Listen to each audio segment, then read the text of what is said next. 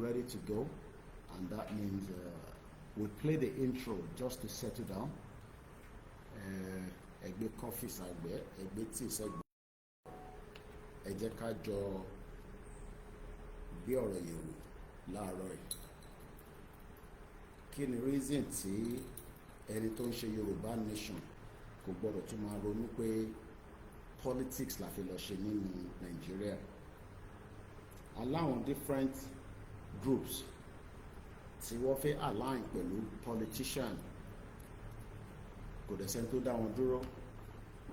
Kódà election tó ń bọ̀ ẹ lè lọ ṣe kí ló ń pè, ẹ lè decide pé fẹ́ lọ register political party tó bá jẹ́ pé yẹn ló máa pé ẹ̀yìn, but ẹ má disrupt mind àwa tí a ti accept pé politics kò lè work, politics kò lè work fún ìran Yorùbá. Tó yẹ pé politics ń work ni púpọ̀ ní yìí máa ti rí náà. Èmi kọ́ ni a máa sọ fún yín pé politics ò lè work. So it looks like again there's a bit of stress on the broadcast already, but we see. So maybe àwọn aṣọ fáwọn tó wà lórí Facebook wa pé kọ́ lọ darapọ̀ mọ́ wa lórí another channel, àwọn tó wà lórí bíbá, so that we are not having issues. Quite a lot of, it seems that in tí mo ń ṣe internet Africa kò lè gbé, ó ń struggle. Sẹ́yìn tẹ́ wà lórí Koikimedia Odùduwà, ẹ láti lọ join another platform, mo máa disconnect eléyìí láìpẹ́, so ẹ má bínú sí wa. Mo kí bàbá wa JP mo wà, èyí tẹ́ ń wò mí lórí ibi tí mo náwó sí, ibi báyìí tí mo náwó sí, ẹ má bínú pé mo náwó sí yín. Ẹ ní láti lọ sórí another channel, mo máa disconnect ẹ, kò mo fẹ́ wo channel mélòó mo lè máa operate tó lè stabilize the broadcast mi. If otherwise tí bá ṣe tán ẹ máa tún wò nígbà tá a bá ti upload video yẹn. But ẹ bá fẹ́ wo live tí mò ń ṣe lọ́wọ́lọ́wọ́ nísìn, ẹ ní láti lọ sórí YouTube WD76 or kẹ lọ sórí Koikimedia Facebook. Mo máa disconnect ẹ late in the next few minutes. So ẹ jẹ́ ká gbọ́n tí bàbá ẹ sọ. Jẹ́ ọmọ Yorùbá. The Yoruba indigene. Mo fẹ́ bá yín sọ̀rọ̀. I want to talk to you all. Mo ti fẹ́ kẹ́ gbọ́ ọ̀rọ̀ tí n bá bá yín sọ̀rọ̀. And I want you to listen and accept what I'm about to say. Wọ́n ti gba abúlé yín, wọ́n ti gbà tán. I said they are already usurping you from your villages all over Yoruba state. Ní Ogun State. In Ogun State.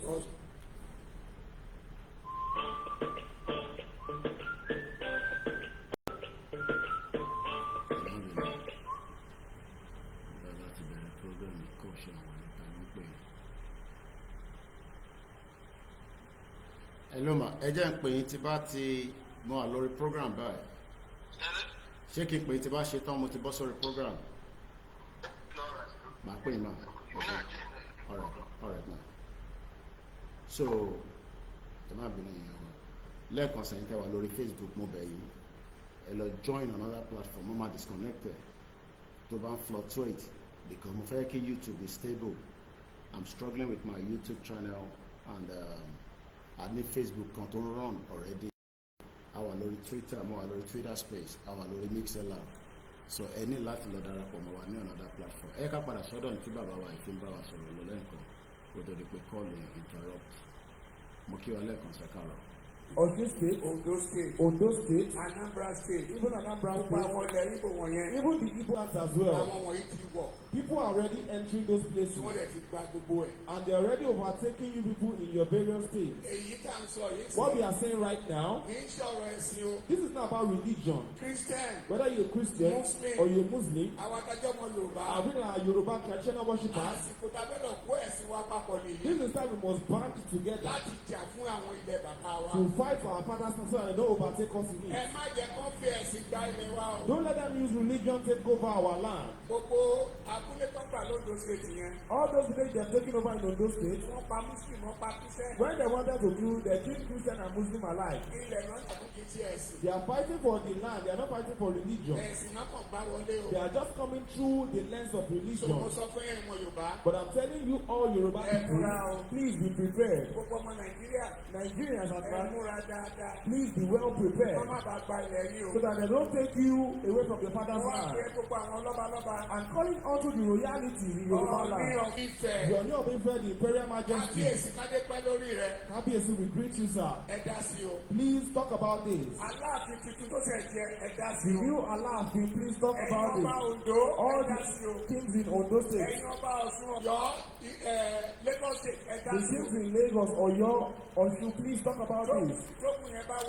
Because when the war overwhelms us, we will not be able to do anything about it. Personally, I'm ready for war. I told you the last time that you fortify yourself. Some people will say, why will a pastor utter that kind of statement? Please go and fortify yourself. Because when war comes, I will drop my Bible. I will go and fight for my father's land. When the Christianity come into Nigeria, it came in 1842. That was when it came in. And the first person to compile the Bible, his name is William. They killed him on the 6th, 1536. They burnt him. He was lit. The person that compiled the Bible for us. So don't let us put religion into our culture or fight for our father's land. I will fortify myself and I'll be a leader. And if you can fortify people, fortify them. We will fight that war. I will drop my Bible because of my past land. Because the Bible says it. Hebrews 6 verse 1. It's a set aside of Christ, and let us do what is complete. We will now put it aside. Let's fight for our father's land. And we tell Jesus to help us. To help us in the war for our father's land. That's what we are going to do.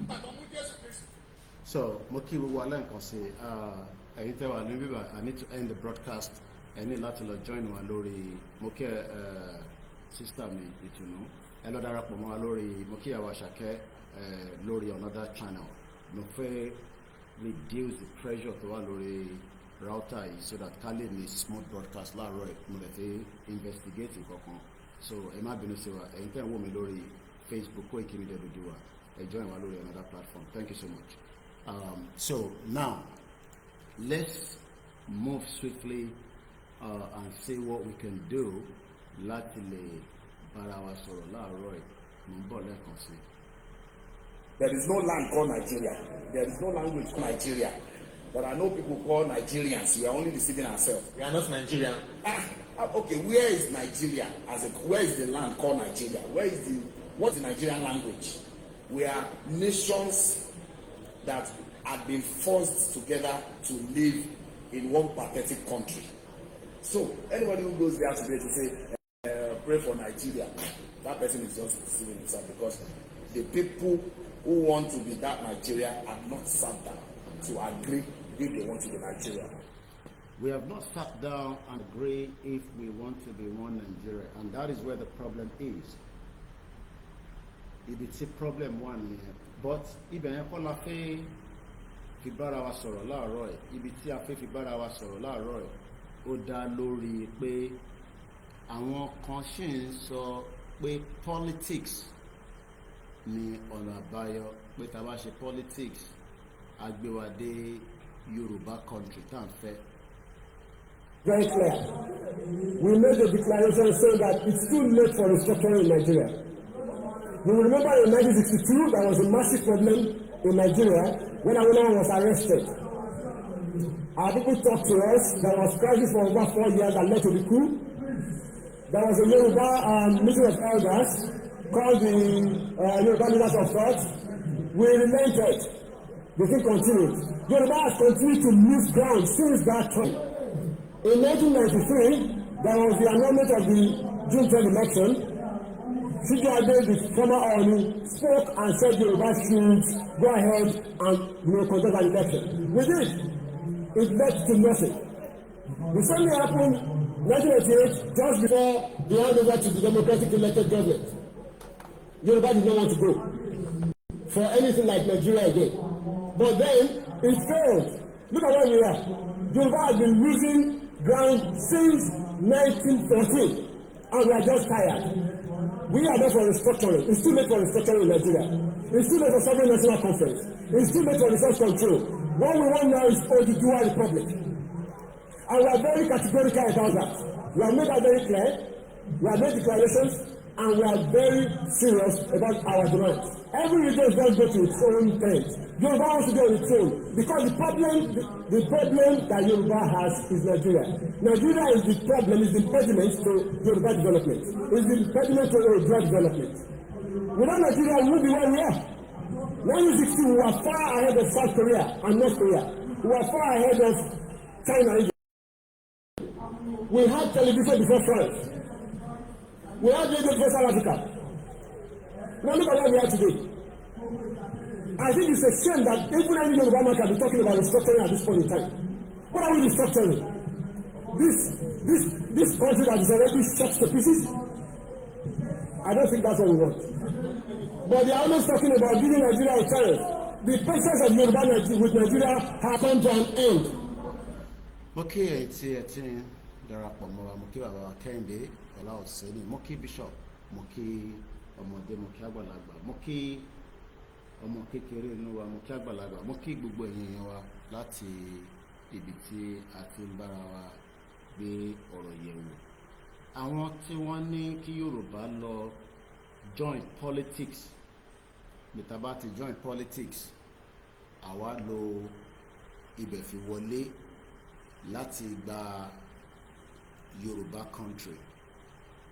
Ìbéèrè tá ń béèrè ni pé ṣé kò ń ṣe politics náà ni wọ́n ti ń ṣe bọ̀ láti 1999? Kí ló dé tí wọ́n fi yẹn wọlé pé kí Yorùbá dá dúró? Ó ṣe jẹ́ nígbà tí àwọn group of people kan tó wá jáde nísìn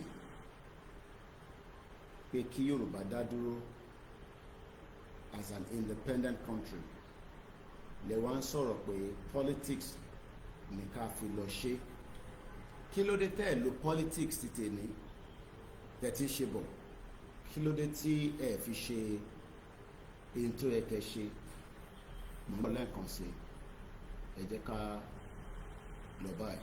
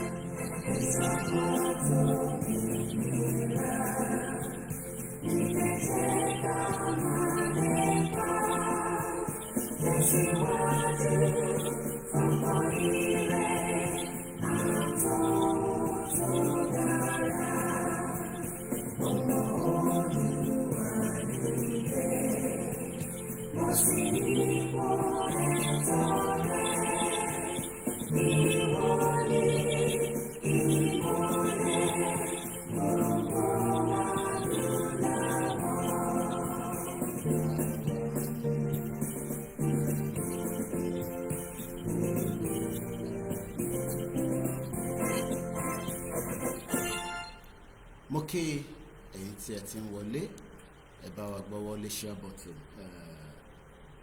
We are also reducing where we are streaming so that káfí wo bí broadcast ti eléyìí tí mo ń ṣe. So we are not using all our platforms so that ká lè reduce pressure lórí internet wa, even though ocean fluctuates there, but I will still monitor the broadcast. Mo kí wa lẹ́ẹ̀kan sí pé káàárọ̀ àkójọmọ́. Mo kí bàbá wa Kọ́lá Adams. Mo kí gbogbo ẹ̀yin tí àwa tí a gbà pé kí Yorùbá dá dúró, kí kí Yorùbá dá dúró gẹ́gẹ́ bí orílẹ̀-èdè. Àwa tí a believe pé the only option tí a lè lò nísìn òun ni pé kí a exit Nigeria. But in tí ó wá ń yà wá lẹ́nu ni pé ọ̀pọ̀lọpọ̀ àwọn tí a jọ ń ṣe Yorùbá nation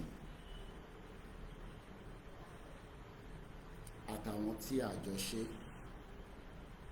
they always talk about politics. Pé ká ṣe politics, pé politics ìdá.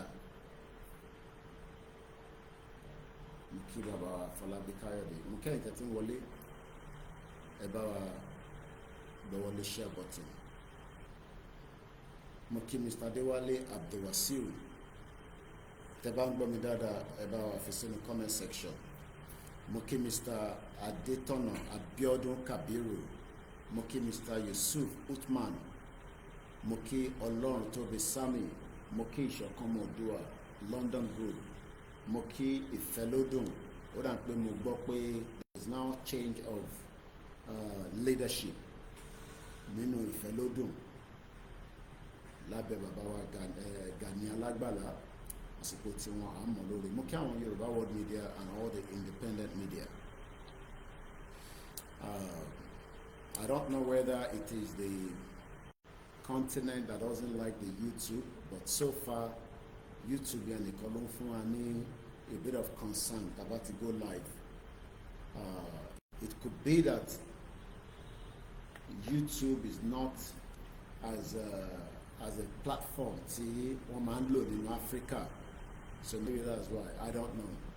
But tí ẹ bá experience any glitch láti bí ọjọ́ mẹ́ta tá bá ń ṣe program, there is not much I can do to it because we're trying everything. We have spent so much money to be online. Like I said, it has cost me quite a lot of money. But tí YouTube yẹ bá fún wa ní concern, ẹ lọ sórí Facebook, kẹ̀dẹ̀ lọ sí Twitter wà stable. Both the Twitter space and the Twitter is stable. I'll see if I can lock the Instagram in a minute, but mo ṣe fẹ́ wo how stable the network will be. I've reduced almost everything, but YouTube yẹn ṣe fluctuate. Mo kí bàbá wa Mo Olùdarí JP, mo kí Ọmọkaro Friday David, mo kí Mr. Lamidi Najim. So it could be that there's a problem that some of the African countries do not also like some of these organizations. I didn't have that problem when I was here before, but like I said, there's little I can do. So tẹ́ bá ń struggle láti gbọ́ wa, ẹ ní láti switch some of that platform tẹ́lẹ̀ fi gbọ́ wa. Mo kí àwọn tí wọ́n ti darapọ̀ mọ́ wa lórí the Mix LR. The Mix LR is more or less like a radio, but it's not officially a radio. It's just out of many platforms tí wọ́n create tí ó jẹ́ audio version. It's not free. I pay $30 every month. Many people use it. Many organizations use it for part of their tools láti enhance iṣẹ́ tó ń ṣe lórí platforms wọn. So àwa náà ti ń lò, but again many people tó máa ń struggle pé internet tí wọ́n àwọn lè gbọ́ wa. That is the reason why you have the MixLR. Ó wà cheaper and it's not consuming a lot of your data. So tí ẹ bá fídíò mi pàdé, ẹ wá MixLR wa kẹ́ connect pẹ̀lú ẹ̀ kí ẹ lè máa follow wa tá bá ti go live. Purpose tá fi ń sanwó ẹ̀ nìyẹn. Àwọn bí few people nìkan ló máa ń lọ gbọ́ wa níbẹ̀. Kò ń ṣe dandan kẹ́ rójú mi fún ẹ̀yin tẹ́ ẹ̀ ní internet. Àwọn tó wà ní diaspora àwọn wà okay, kò ń ṣe pé ọ̀fẹ́ náà fáwọn náà. Tó o bá sanwó internet nílùú òyìnbó wọ́n máa disconnect ẹ̀, but àwọn wà at advantage. So wọ́n tó wà ní Africa, tó wà ní Yoruba land, tí òun complain tó ń lament pé internet wọn. That is the reason why we have the Mixlr. It is there for you. So ilé máa wo platform wo ló wà cheaper láti fi gbọ́ ọ̀rọ̀ Yorùbá Nation. So I think that for me, I cannot say more than that. We are trying our best every day to enhance our production and share recording, lórí voice note. All these things is also part of to make it very convenient fún gbogbo ọmọ Yorùbá.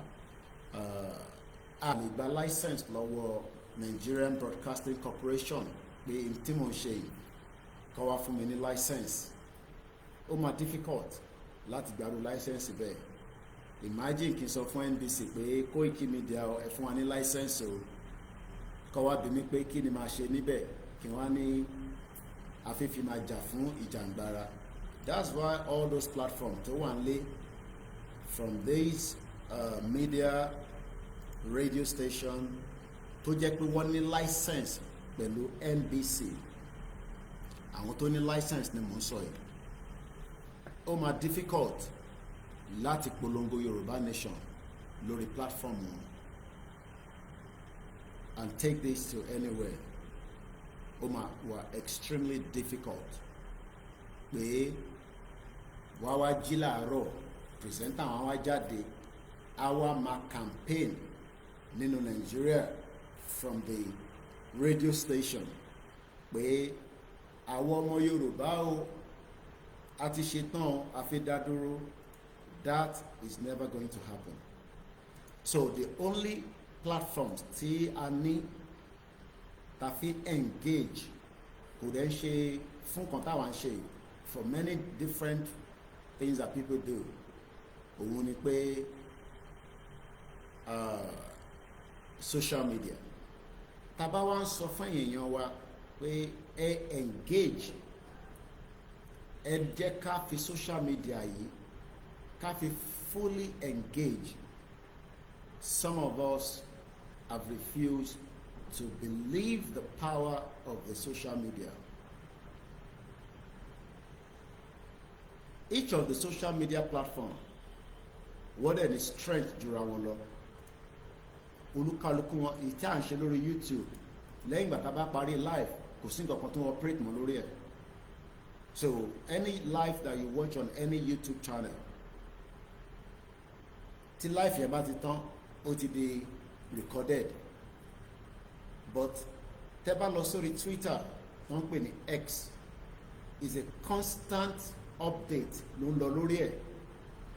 Why thousands and millions of us that gbà fún Yorùbá Nation still refuse to use that channel as part of our tools láti deliver message wa pẹ̀lẹ́ ìtẹ́ máa bá wa push it.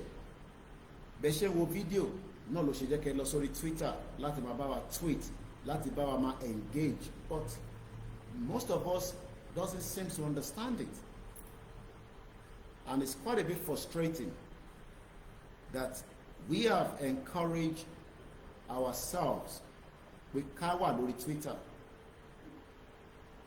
The Twitter is there as part of the tools to fight this movement. So that is about that anyway. Now, in terms of our movement,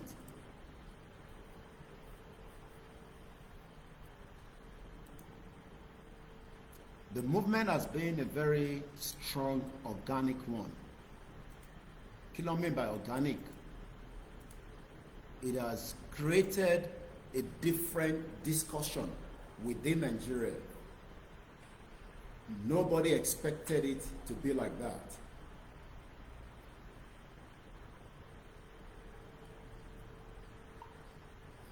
Àwa lórí ìkànnì wa láàárọ̀ again ní aago 9:00 ló kọjá.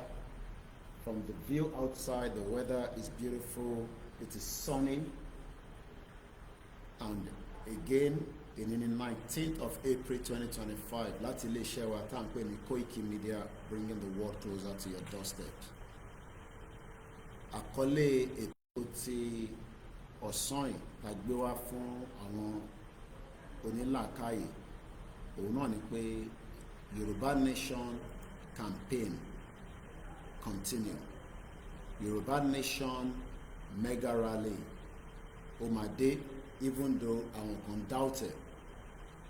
But kókó ọ̀rọ̀ tí mo fẹ́ kájọ gbé yẹ̀wò òun ni àwọn tó ń jáde constantly tó ń sọ pé kí ló dé tí a lọ ní route in the politics kí Yorùbá Nation London bàbá wa Professor Akintoye ká darapọ̀ mọ́ òṣèlú Nàìjíríà ká create a political party.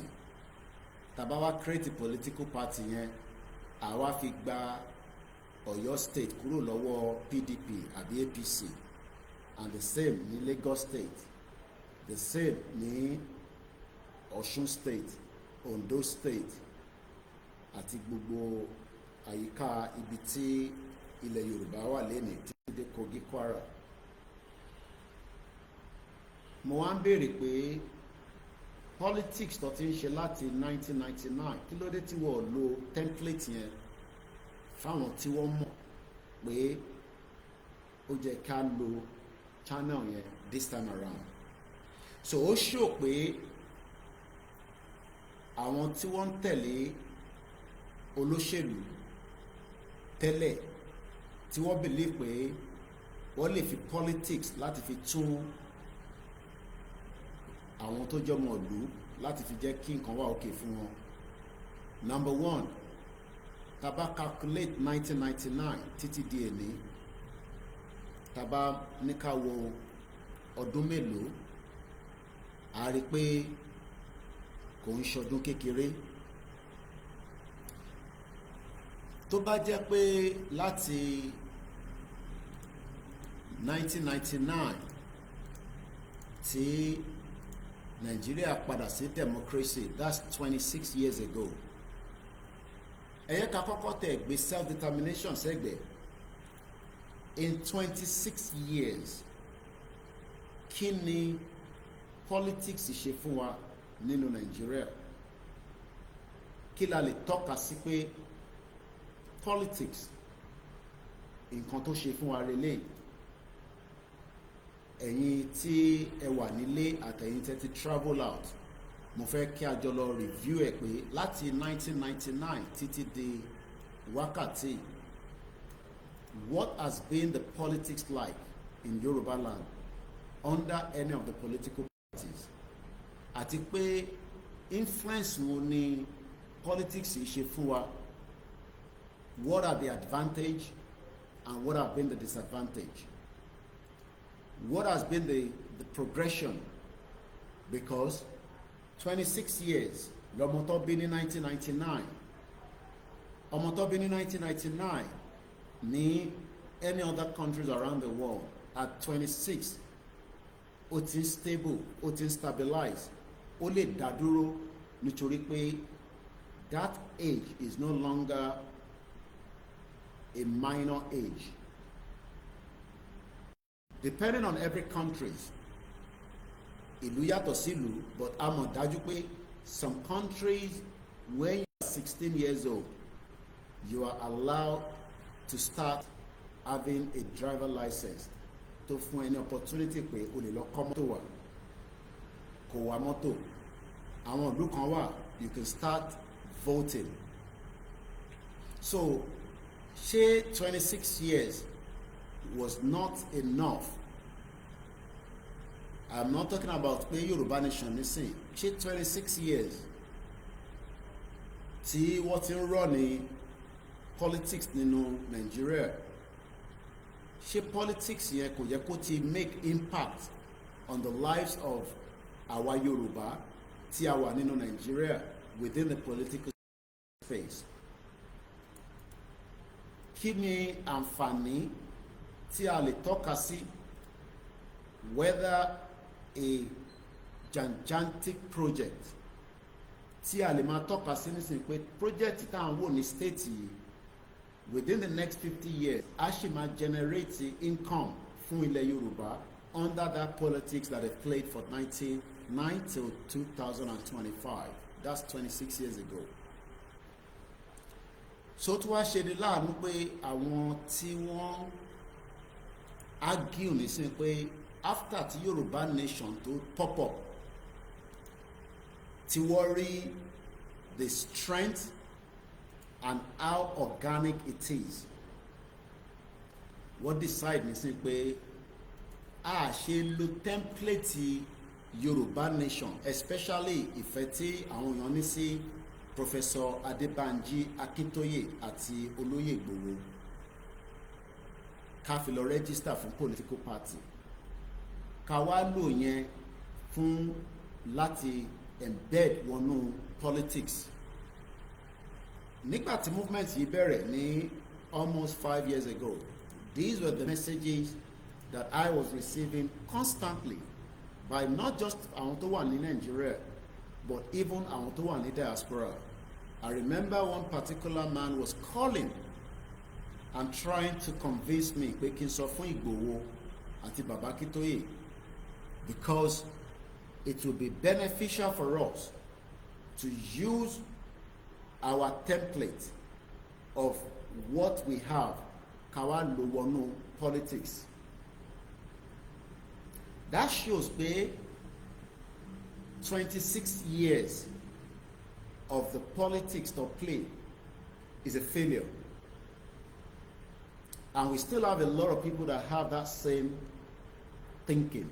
People like think Yoruba first, and many of them like that. They are still trying to align with the political path. Pé tí Yoruba bá tó bá lè lọ in that political terrain, a lè fi control state wa, àwa lo template yẹn láti fi wọlé sí pé a fẹ́ dá dúró. And it's almost the same thing like àwọn tó ń béèrè fún restructure. Those that were asking for restructure, which are the Afeniferes. The Afenifere believe that tó bá restructure Nigeria, á mú a bit of stability wá fún ilẹ̀ Yorùbá. So they were pushing for a restructured Nigeria for many years. Àwọn náà is more or less like after I returned back to democracy in 1999, they believe that that template of restructured Nigeria are better off for Yoruba within Nigeria, but they had no intention to leave Nigeria. There was no intention for them to leave Nigeria. They just wanted a country that would be restructured and things would be on a playing field. So nǹkan á wà á dọ́gba láàrin àwa àti àwọn ẹ̀yà tó kù. But again, for 26 years, Afenifere could not achieve that. They could not achieve it because they were unable to convince àwọn tó ń bá sọ̀rọ̀. And let me put this on record that Baba Adébánjọ told me pé this was what was presented to Tinubu, because Tinubu kọ́ ni the candidate of Ilo in 1999. But we all know what happened.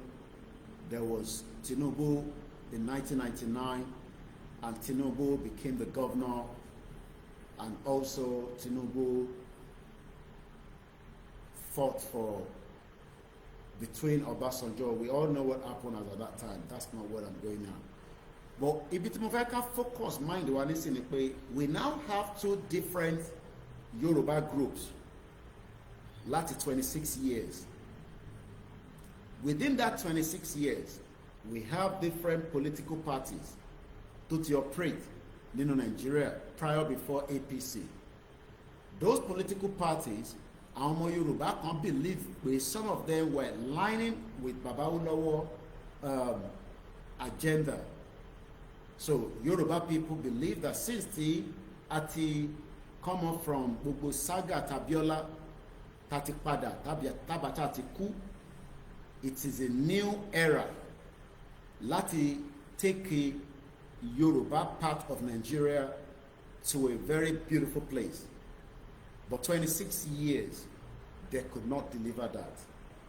Now, my questions fáwọn tí wọ́n ṣì wà in line pẹ̀lú politics ni pé ọdún mélòó ni ká tó fún yín sí? ọdún mélòó lẹ need sí kó tó di pé the basic things of life for Yoruba in the current political terrain then play out ló máa jẹ́ kí àwa Yorùbá táwa ní Nigeria ká wà comfortable to the extent that a ní think of going on exile láti lọ wáṣẹ́ láti lọ ṣe anything more than kákọ̀ lọ ṣọlidé ká dẹ̀ padà wálé. How many more years they need to see? 1 more year, 2 more years, 3, 4, or another 26 years. Now, Sherry nísìn pé àwa táwa challenge wọn nísìn under a self-determination, we have become a big problem for them. Because they have done their best in whatever the situation that they found themselves as at the time to work with politics in TTD. But if any one of them Otuwawa campaign fún ọmọ Yoruba, and it's not because of the love we have for them. We don't have to love them. They have to do what is necessary for us to make our life better as a citizen. Purpose to what we elect one year.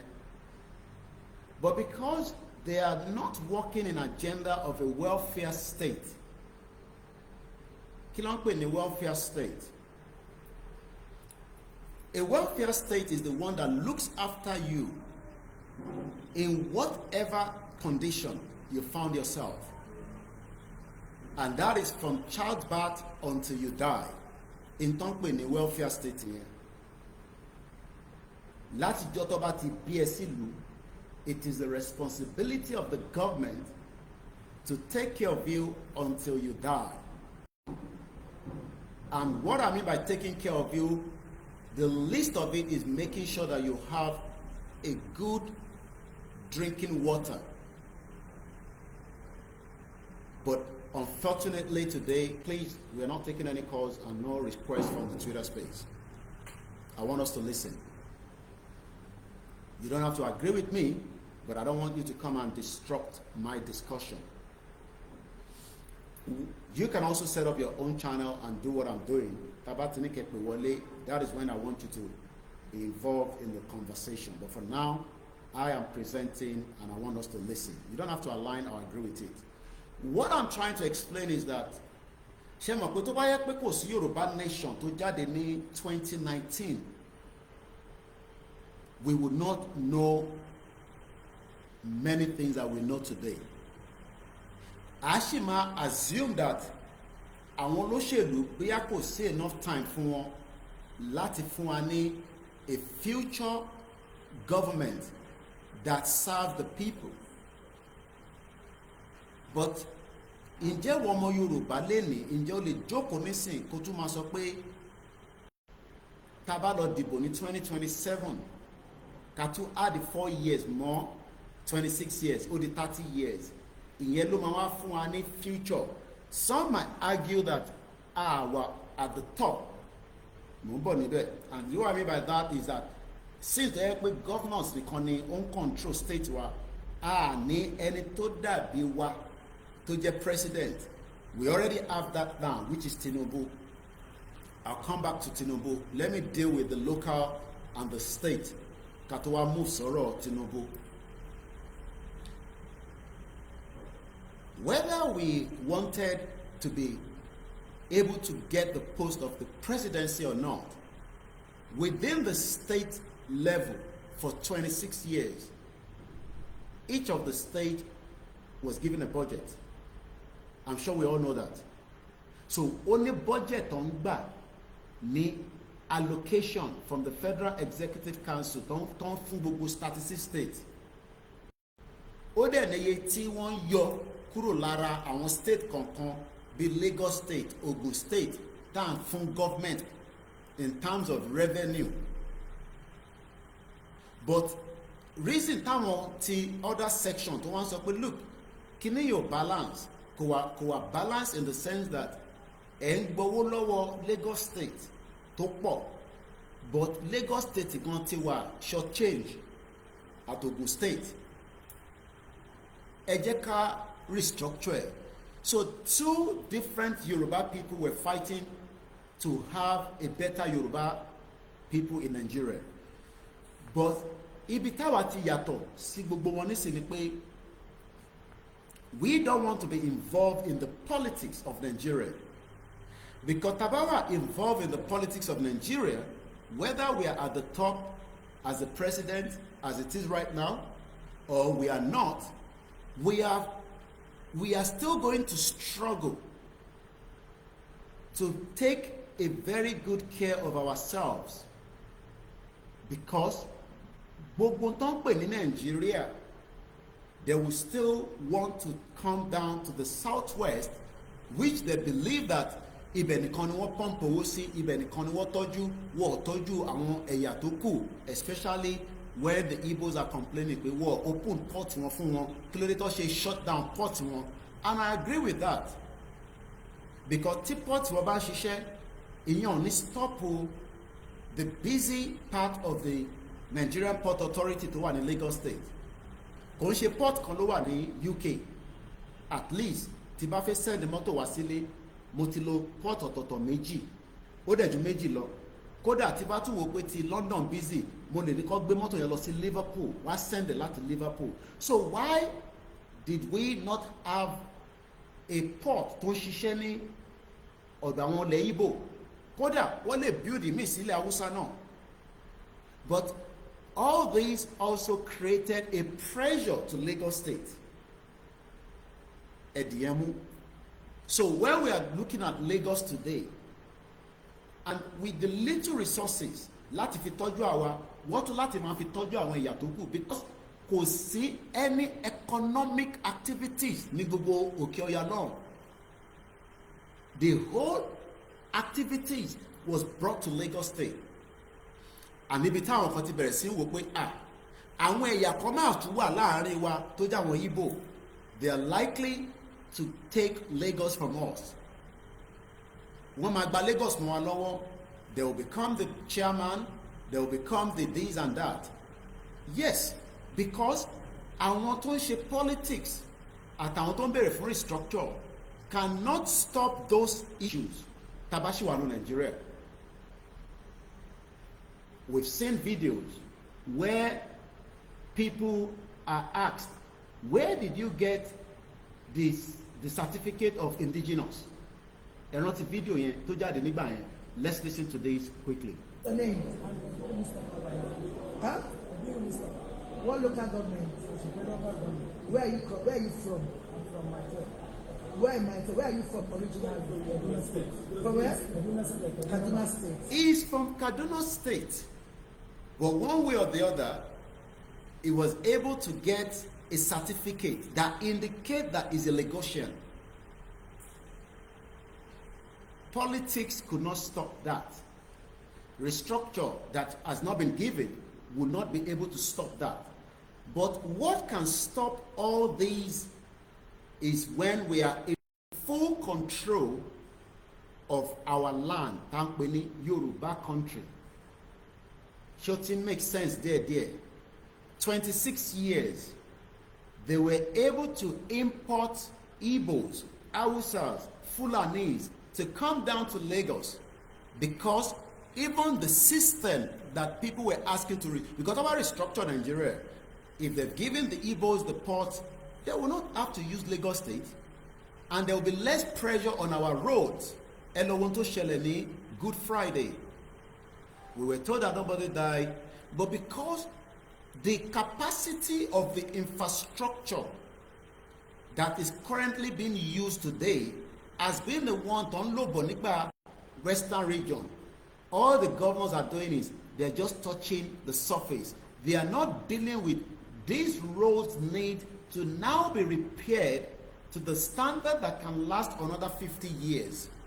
Gbogbo iti baba olowo ṣe òun ló ṣì ń rí lò.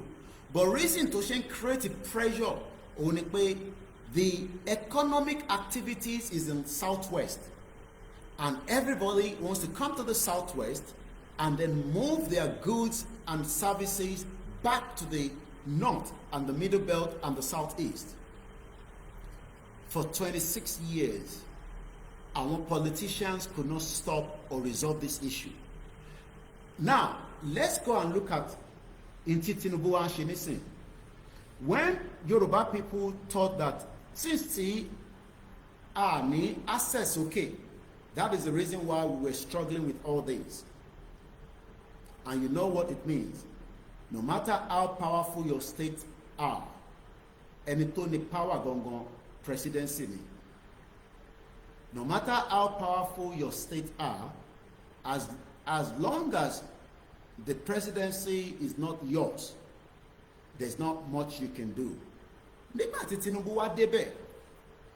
The expectation kò ní favour Yorùbá nìkan to start with. Ó gbọ́dọ̀ favour gbogbo wa, whether you are Yoruba, Igbo, Hausa, Fulani, Ijaw, gbogbo ẹ̀yà tó ń bẹ ní Nigeria, because ẹ̀yà kọ́kọ́ ló vote fún Tinubu. The Northerners voted for him, so he's expected to look after them.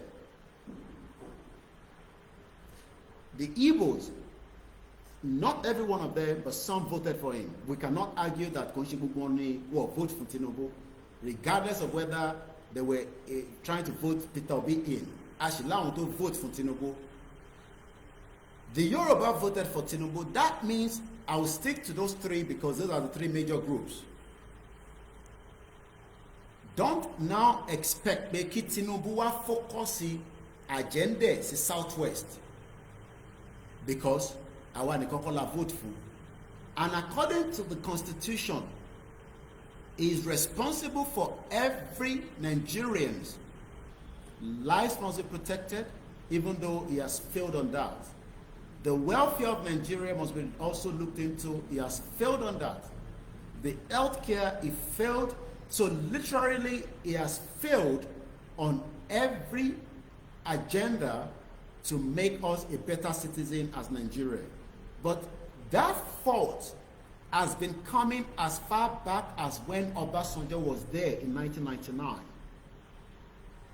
And that also led to Yaradua before he died.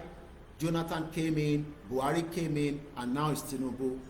The question táwọn Yorùbá kan wá expect ni pé Tinubu will try to look as if he's stupid. I'm sure that is part of what they must have told him. Má lọ tètè fara ẹ hàn pé o máa restructure Nigeria. Just go there, pretend that you are working for everybody, but have it at your back that you need to now restructure this country before you go. Why tí wọ́n ṣe assume pé Tinubu máa restructure? Because the average Yoruba man mọ̀ pé tí power bá kúrò lọ́dọ̀ Tinubu tí kò rí restructure yẹn, we are going back again to start all over again. And that means we would have to work hard láti tún present ẹlòmíì tó máa lọ contest as a president in the future in Nigeria. Now, nobody knows what is in Tinubu's mind. Nobody knows that. But can we trust him to deliver on that agenda? Will Omar restructure Nigeria? Do you think so? Are you one of those that believe that Tinubu will restructure Nigeria? Let me give you one of my brother Adeyinka grandson. Adeyinka grandson is currently still in a prison in the UK. And I've watched some of his videos in the past prior before he was arrested. And he believes that Tinubu will come and do some kind of changes to my impact from Yoruba. We have not seen any changes from Tinubu because those changes is not yet visibly as we know today. But it will be very difficult for Tinubu to do that in the first tenure. That is why he needs the second tenure to be able to do exactly what he might want to do. But even as much as Tinubu has not done much, the only thing that I want to complain is that Tinubu played nepotism. But what Buhari also played the same nepotism.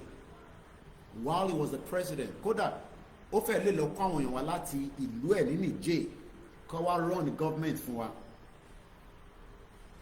Buhari was using that same position to keep his people within the very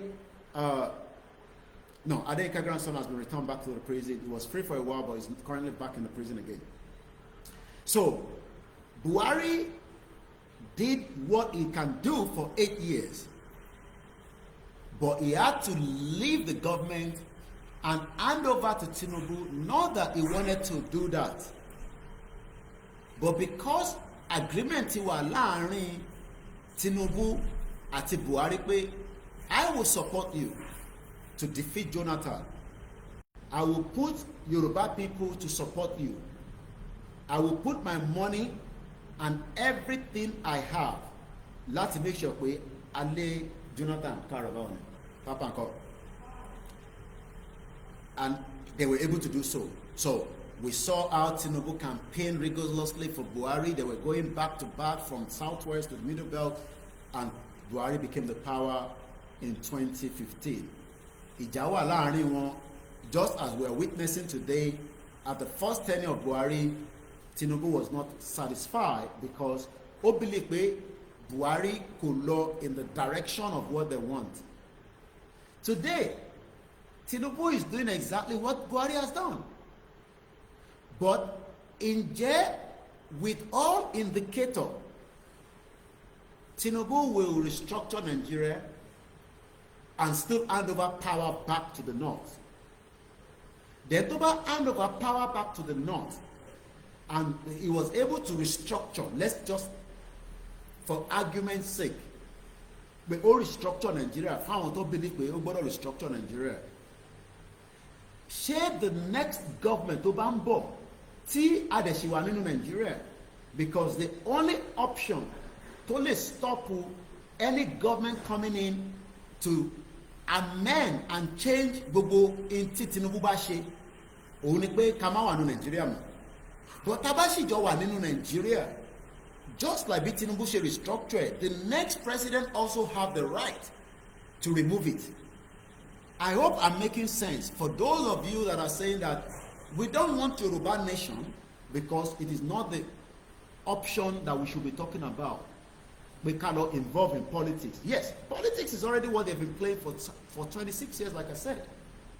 We did not have the man in the center as at the time up to 24 years until Tinubu dé ní 2023.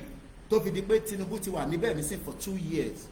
But Tinubu might not be able to do everything within 2 years to even restructure Nigeria. But what he can do that can shock everybody, if he is determined and is ready, is to dissolve Nigeria.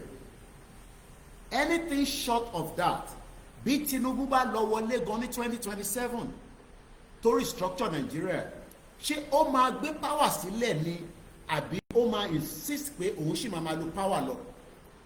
We know that Tinubu will not to use the power. He would have to return power back to the north. And this is where we have been different between us and these politicians and our, even Afenifere told us now that they are not social cultural group.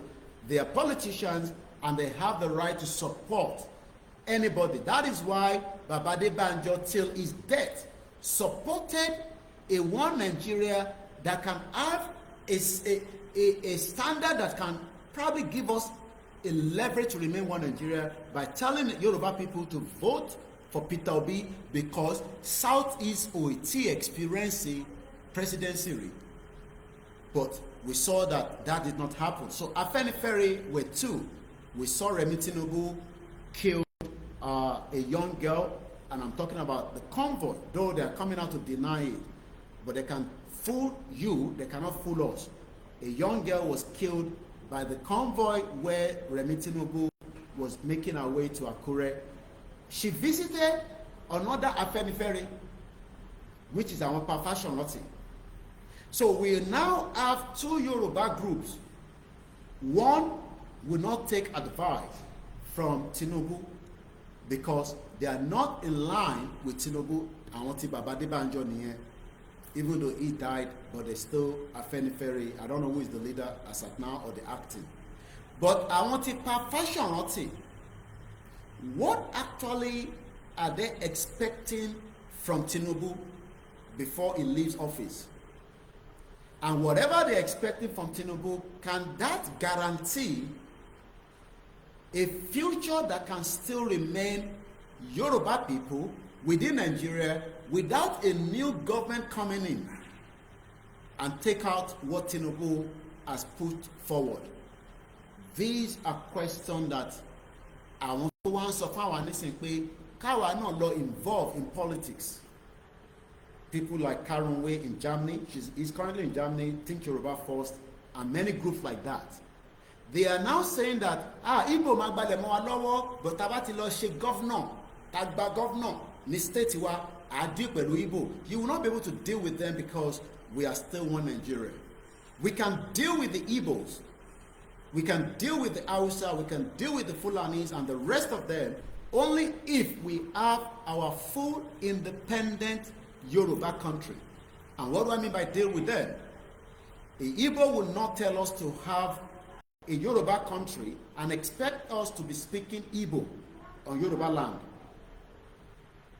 An Igbo person or Hausa person would not have to challenge our governors in the future Yoruba government or our government and say that, oh no, we can't do this. We have restructured Nigeria, we are still Nigerians, and we want to have our own say in Yoruba land. They don't have that right. And that is why we are telling those that are saying that we should be involved in the politics and use that to pull ourselves out. You cannot use the current politics to pull us out and have a Yoruba country. It can never be possible. That can never work. And this is the reason why I am doing this broadcast, because we are getting close to our final place, which is having our own Yoruba country. But we want to now see that, or we are now hearing the feel by some that say, no. Hey, she politics. Let's do politics now. Tabashi politics. We will take back the land through having a Yoruba government. And that way we can deal with the Igbos, deal with the Hausas, deal with the foreigners. All these you will not even be able to achieve, because the current state of politics in Nigeria today, we cannot achieve such. So, just to close it quickly, Fẹ̀yìntì and Sokwe, we need to have a politics of Lagos State that is well within the Europe. We already have it. Kí ló dé tí Sanwó-Olú ò lè ṣe into ẹ kó ṣe to protect us against other indigenous people? Kí ló dé tí Mákindé ò lè ṣe the same thing to protect us, the indigenous, against others? Kí ló dé tí Adeleke ò lè ṣe the same thing? Kí ló dé tí Dàpọ̀ Abíọ́dún ò lè ṣe the same thing? Kí ló dé tí Ayédatiwa ò lè ṣe the same thing? Kí ló dé tí Olodo in Kogi State cannot do the same thing? Kí ló dé tí èyí tó wà ní Kwara, Abdul Fattah, kí ló dé tí kò lè ṣe the same thing? Kí ló dé tí èyí tó ń bẹ ní Ekiti State, Abiodun Oyebanji? They cannot do it. So they are probably expecting the man at the top now, which is Tinubu, to do what can help the state, because you have run the state for 26 years. Yet, it seems from some argument that we have not been given the privilege as Yoruba people in our state. That shows that Yoruba people are not #1 citizen in our state. But when we have a Yoruba independent country, we will not hate others that are going to live with us, but we would first make sure that Yoruba will be the priority before any other person. That is the way it is done in any part of the world. And that is why if you go to the United Kingdom, even if you are born there, your national insurance number, I think it's Social Security, like America. At the end of that N9, I have mine. They have already decoded it so that àwọn ọmọ tí bá bí sí UK, wọ́n máa sọ fún àwọn ọmọ yẹn pé within the system that they are not the indigenous people. They are foreigners because their father was a foreigner that gave birth to them in the United Kingdom. These are code embedded that will not allow them to reach their top. They can reach certain places, but certain places they block them out because their own NI has been linked to mine. And it is because that is a country that wants to have the English people not to go into extinction. But what we are doing is that after for work we want to be in politics, and yet we want to take charge. We want to control the situation within our territory. It will be extremely difficult.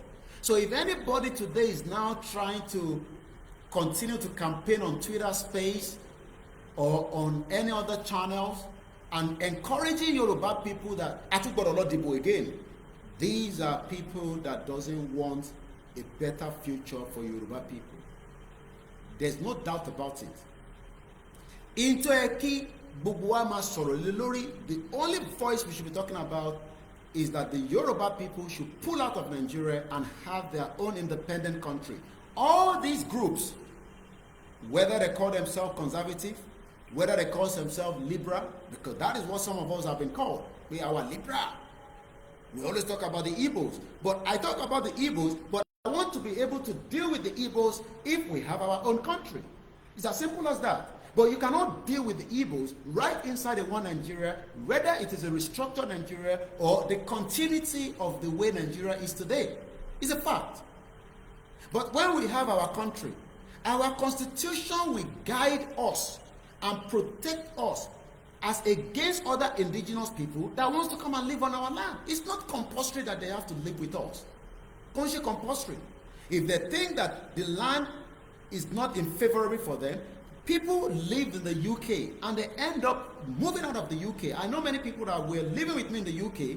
One UK, they left to America.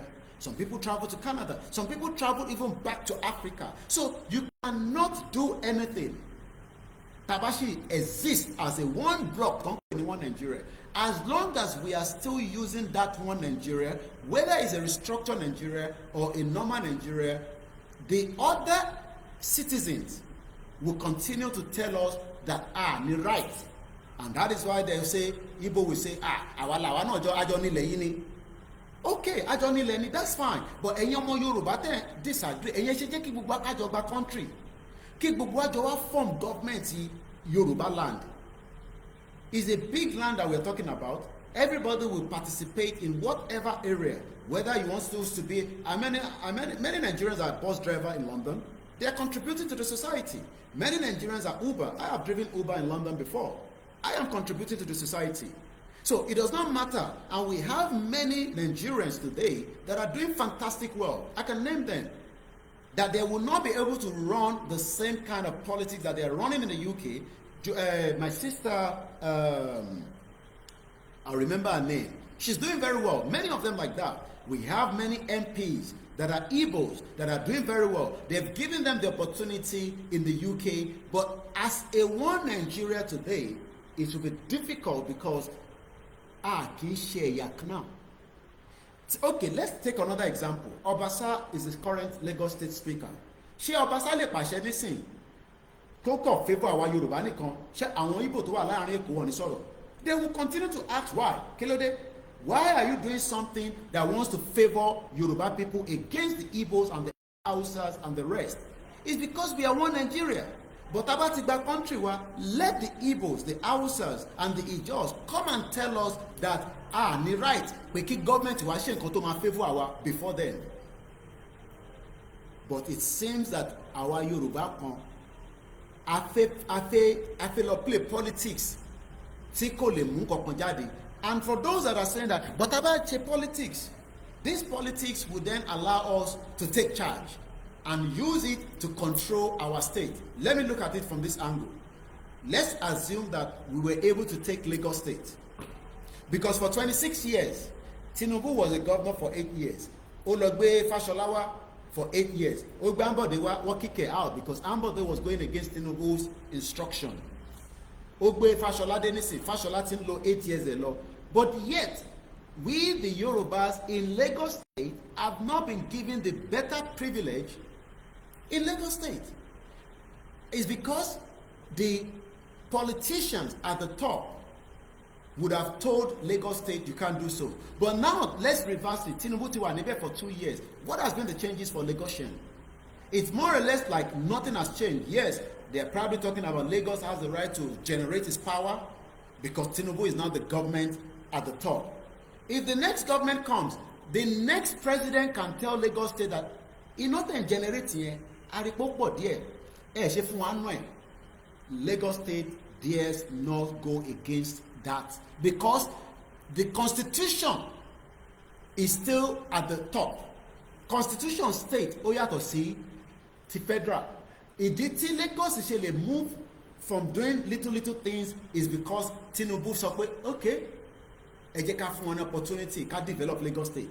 But tí Tinubu bá lọ tán, the next president will come back and tell the Lagos State government as at the time that some of the things you are doing must benefit every Nigerian. But about the country wa tí ó ti ní border, just like, you can lè pa gidi kó kàn sọ pé òun lọ sí London nísìn. First, how do you get to London? You need to show evidence that you have the right to travel there. Àwọn tó ń lọ gba back door, tó ń gba Libya, tó fẹ́ gbà wọlé, they are stopped by immigration to check whether they have the right to cross the borders. Some of them were able to cross, while some died in the Mediterranean Sea, and while some were sent back to Libya. Because without a proper immigration. Now, when we are the one controlling our territory, the Yoruba land, all these minor problems that we are looking at today, insecurity, this and that, a government that represents Yoruba people would do everything to defend their citizens against the enemies. Let's ask, kí ni gbogbo owó tí àwọn governors wá ṣe? And I'm not going to stay too long. Hopefully another 30 by 23 minutes, I want to end the broadcast. I've tested what I wanted to say, even as much as we were still having trouble with our YouTube, but it shows that there's more problem to the YouTube than the internet. All other platforms are stable apart from the YouTube. So, moving forward swiftly, if tí ìwọ ọmọ Yorùbá tó ń tako pé kí Yorùbá dá dúró, but you want to have a politics in Ondo State, be prepared to have other indigenous people or ethnic people to come and stay with you. Kò ń ṣe pé tá bá gba country, they are not going to be with us, but àwa la máa pàṣẹ tí ó máa favour àwa tí àwọn náà gbọ́dọ̀ respect. I live in the UK for 27 years. I dare not come and use Nigerian law to operate in the UK. But do you know what we do? Most of us, including myself, in the first years that we have been coming back to Nigeria, as soon as we leave UK, we enter Nigeria, we know it's a lawless country. You can do and undo, and you can get away with it. But I dare not do and undo in UK because my name is fully in the system. If I commit any offense, they can be able to trace me back because I want to fún mi ní right láti gbé níbẹ̀. And that right told me that I find a right to gbé níbí báyìí, but you cannot do anything that is against the wish of others. Let me give you an example. You might not like this. I live in UK. I cannot disrespect the lesbian or the gay. Those two have the same right like me. Ẹ̀tọ́ tí mo ní bí ẹni tó fún ní right láti wá gbé níbẹ̀. Ó dẹ̀ ju ẹ̀tọ́ tàwọn tún ju tèmi lọ because you are telling an Englishman that is a gay. Ìtò fẹ́ ṣe nìyẹn is not of your own business. The law protects them. Ó sọ fún ẹni tó jẹ́ lesbian pé ìwọ jẹ́ Christian àbí Muslim. Ó wá ń tọ́ka sí pé ó wà nínú Bible pé ká má ṣe lesbianity. you will find yourself in a deep problem in the UK.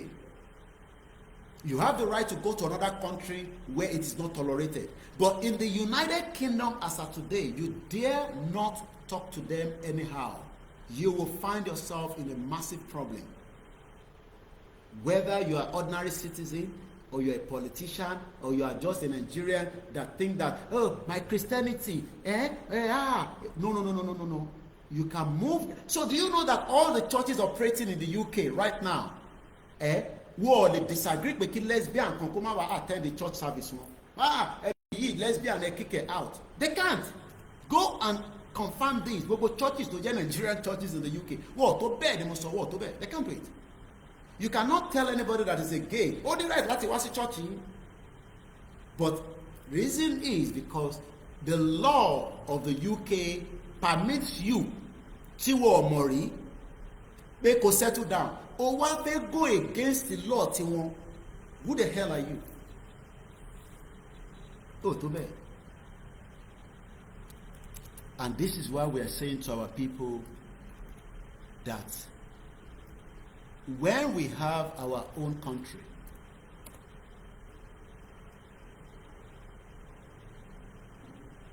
let me read what I've got in front of me.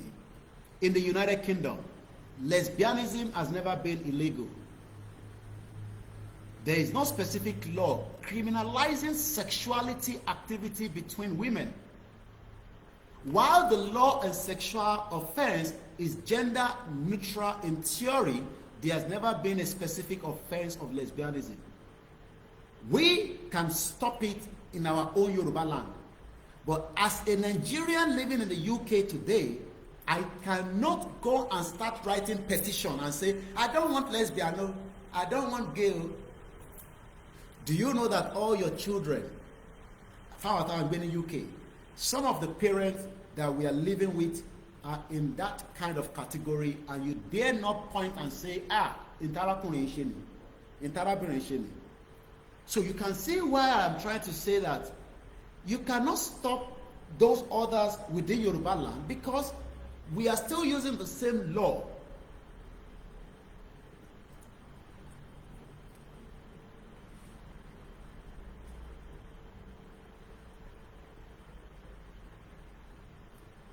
And I've just used that example. There are many other examples. And I hope that our Yoruba, we start to understand that it is a bigger picture than the politics that we cannot get involved in.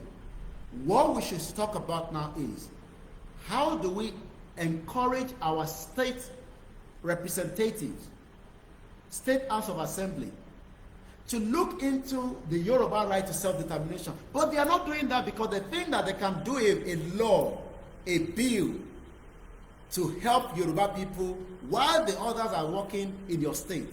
It will be very difficult. You will not be able to do so. They will challenge that at the highest court, and they will defeat you. Ẹ má fún àwọn Igbo níṣẹ́ ní Lagos State. Òfin wo ló sọ bẹ́ẹ̀? Òfin wo ló sọ bẹ́ẹ̀? If the state level says that, they can take you to the court. Ẹ má jẹ́ kó di chairman ní Festac. Ẹ má jẹ́ kó jẹ́ àwọn ọlọ́mọ di councillor wa. But we are still in one Nigeria. They have the right to compete, and they will defeat you because they have their population within that area to contest.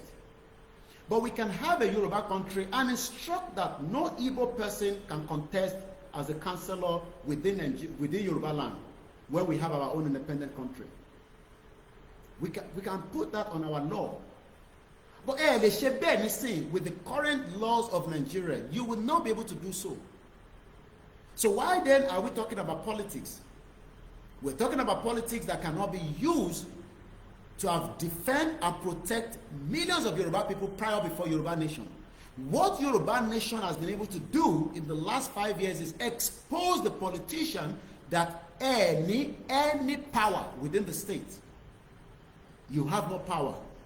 Agbára ò sí lọ́wọ́ yín, but ẹ kàn tàn ọmọ Yorùbá jẹ, because if an allocation comes to Lagos State, as an example, ẹni tó jẹ́ ìyà kejì náà ó ń wò pé allocation yóò yẹ kí èmi náà jẹ́ nù ẹ́, because that allocation is meant for everybody. When we have our own independent Yoruba country, there will be so much changes, and we will never experience such like I've played in this video. Let's listen to it one more time. What's your name? Huh? What local government? Where are you from? I'm from Maite. Where in Maite? Where are you from originally? Kaduna State. From where? Kaduna State. Kaduna State. I'm Alkalimondi by name. Okay. Yes, I'm from Kaduna State. Okay. I'm living in Bala. With your brother. And you're coming as under what local government? Lagos Island. Local government. Do you have a family house in Lagos Island? No. Okay. What's your name? Luka David. What? Luka David. Luka. David. Where are you from? From Kaduna State. Kaduna State. What local government are you coming out from? Also, Who gave you the indigenship certificate? National What's it? Zakaria Arab. Where are you from? Kaduna State. Ah, Lagos State. Where did you get the indigenship certificate from? I'm staying with my uncle. Your uncle, speak up, please. I'm staying with my uncle, Lieutenant Colonel. Ṣọgbọ́n Yorùbá. Ṣọgbọ́n Yorùbá. Ṣọgbọ́n Yorùbá. Ṣọgbọ́n Yorùbá. All this is just a very tiny of the proportion of the damage that has gone into Yoruba land with the 26 years of the politics that have been playing, deceiving us. They've tried on our behalf for 26 years. It is time now that we take now the land back officially through a self-determination and a recognized Yoruba country that will then rewrite the laws of our land, and those laws will favor us, and will also, those that are going to live with us will have to abide by it. But if we continue to live in denial that 2027 election would also bring in prosperity for Yoruba land, for 26 years we couldn't get that. No development across Yoruba land, and we will continue to live below par. That is how far we can go this morning. It's just to faint and send message to me pé àwọn kan sọ̀rọ̀ nípa politics. Politics cannot work, and we are not going to get involved in politics. Igboho is not interested in politics. Igboho wants a free, independent Yoruba country, and likewise Babakitoye. None of them are interested to be part of any political situation in Nigeria. And that is a direct message for those of you that are working on Twitter space and all that, and talking nonsense that we can take control back of our land, but we need to be involved in politics. Well, you're already in politics, because the politics is already there. You have state actors that are your governors, but they've not been able to achieve anything because one more dájú pé they can't do it. The only option to lè ṣe nísìn òní pé kí Yorùbá kó dá dúró. And just before we go, in just about a few minutes, ẹ̀yin tẹ́ ń sọ pé wọ́n ní rally máa dé, kí ló ṣẹlẹ̀ tí rally ò tí dé, and all that. The rally is coming. You go and prepare. The rally is coming. Whether you agree that the rally should hold or not is too late. Nobody can stop that rally. The official announcement date will come from the leader of the movement, Professor Adebanjo Akintoye, at the appropriate time. But on the 26th, which is 2 Saturday more, I think not this Saturday, the upper Saturday that is coming, there will be, next week Saturday, 26th of April, there will be a summit And that summit focused on 3 areas that a lot of you are looking forward to. The upcoming mass rally in Yoruba land and the diaspora, and the concrete action plan for the exit Nigerian contraction and the insecurity in Yoruba land. For 26 years, all the politicians, the past and the present, that have managed our state failed to deliver a better Nigeria for us.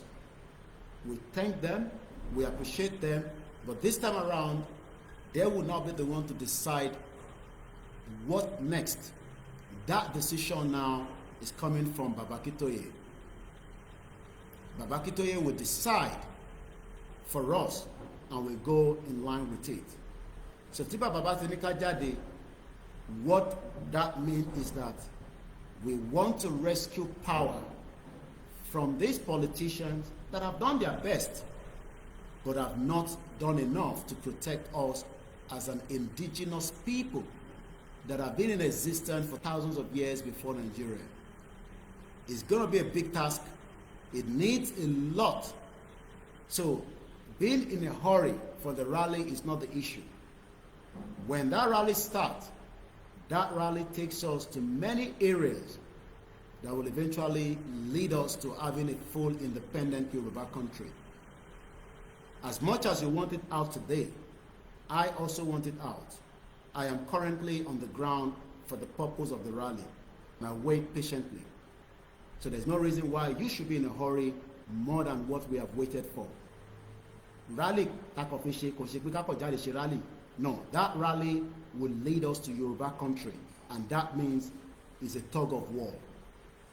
And the last thing we want to do is come out and be defeated, and then we start coming out and say, no. All the politicians will not be able to stop this outing. We are coming out in Yoruba land, not in any other part. Yoruba land does not belong to our governors alone. It belongs to us. It belongs to Tinubu. Tinubu lifespan to anything. I give him 30 more years maximum with his age. 30 years for Tinubu. Yoruba land has been existing before Tinubu. Yoruba land has been existing before me. We will not wait for Tinubu for 2027 before we move out. I am not going back to England yet. I am waiting for the call of the rally, and I'll be outside with you as a Yoruba man to fight, to defend, and make sure that we decide our fate. Do not think that America cares about you. America's interest for Nigeria is for their own interest. The same thing goes to all other countries. Our interest should be how we want to make sure that we control our land and retain back our true identity. This is a fight to finish. We mean every goddamn thing. I've been told to try as much as possible not to say too much, but I can tell you, we are not joking. If it's a 1,000 of us coming out, we will defeat you. Have a very good morning. Bye for now.